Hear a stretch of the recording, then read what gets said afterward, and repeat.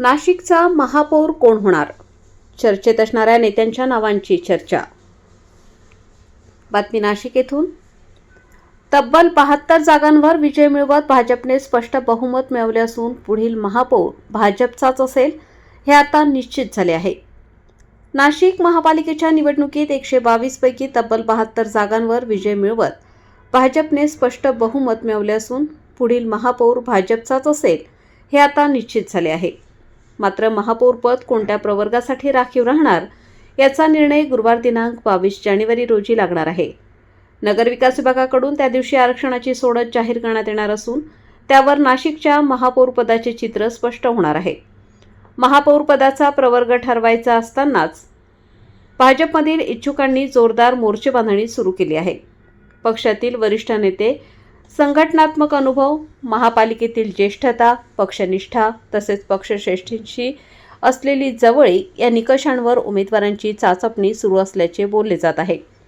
विशेष बाब म्हणजे यंदा अनुसूचित जमाती एसटी प्रवर्गासाठी पुरुष उमेदवारच उपलब्ध नसल्याने या प्रवर्गात महिलाच आघाडीवर आहेत। खुल्या प्रवर्गात सर्वाधिक 63 नगरसेवक असून या प्रवर्गात स्पर्धा तीव्र आहे। पुरुष उमेदवारांमध्ये दुसऱ्यांदा निवडून आलेले सुरेश पाटील चौथ्यांदा खुल्या प्रवर्गात सर्वाधिक 63 नगरसेवक असून या प्रवर्गात स्पर्धा तीव्र आहे।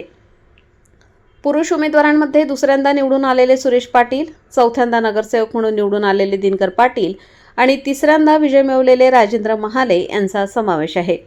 महिलांमध्ये हिमगौरी आडके, दीपाली कुलकर्णी आणि स्वाती भामरे या अनुभवी नगरसेविका दावेदार मानल्या जात आहेत। या प्रवर्गात राजकीय अनुभव आणि संघटनात्मक कामगिरीला विशेष महत्त्व दिले जाण्याची शक्यता आहे। ओबीसी प्रवर्गात एकूण 32 नगरसेवक असून येथे स्पर्धा अधिक रंगतदार ठरण्याची चिन्हे आहेत। पुरुषांमध्ये चौथ्यांदा नगरसेवक झालेले सुधाकर बडगुजर आणि चंद्रकांत खोडे तसेच प्रथमच निवडून आलेले मच्छिंद्र सानप हे प्रमुख दावेदार आहेत। महिलांमध्ये दीपाली गीते, सुप्रिया खोडे आणि आदिती पांडे यांची नावे चर्चेत आहेत। माजी विरोधी पक्षनेते आणि पक्षश्रेष्ठींशी जवळीक असलेले सुधाकर बडगुजर यांना प्रबळ दावेदार मानले जात आहे। राजू आहेर, प्रशांत दिवे आणि भगवान दोंदे यांचा समावेश आहे।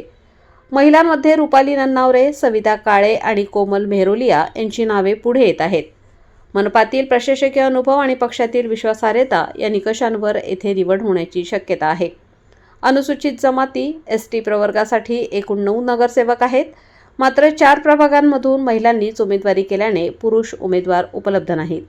त्यामुळे सरिता सोनवणे, इंदुमती खेताडे, उषा बेटकोळी आणि सापली निकुळे या महिला नगरसेवकांची नावे चर्चेत आहेत। उच्च शिक्षण, राजकीय पार्श्वभूमी आणि अनुभव या बाबी येथे निर्णायक ठरू शकतात। राज्यातील 29 महापालिकांमध्ये महापौरपदासाठी एससी, एसटी, ओबीसी आणि खुल्या प्रवर्गानुसार लोकसंख्येच्या प्रमाणात आरक्षण ठरवले जाते। त्यानंतर संबंधित प्रवर्गातील 50% पद महिलांसाठी राखीव ठेवली जातात। याच चक्रावर पद्धतीनुसार त्यानंतर संबंधित प्रवर्गातील 50% पदे महिलांसाठी राखीव ठेवली जातात। याच चक्राकार पद्धतीनुसार यंदाची सोडत होणार असून त्यावर नाशिकच्या महापौरपदाचा फैसला अवलंबून आहे। त्यामुळे गुरुवारचा दिवस नाशिकच्या राजकारणासाठी अत्यंत निर्णायक ठरणार आहे। वृत्तसंकलन रफिक सय्यद।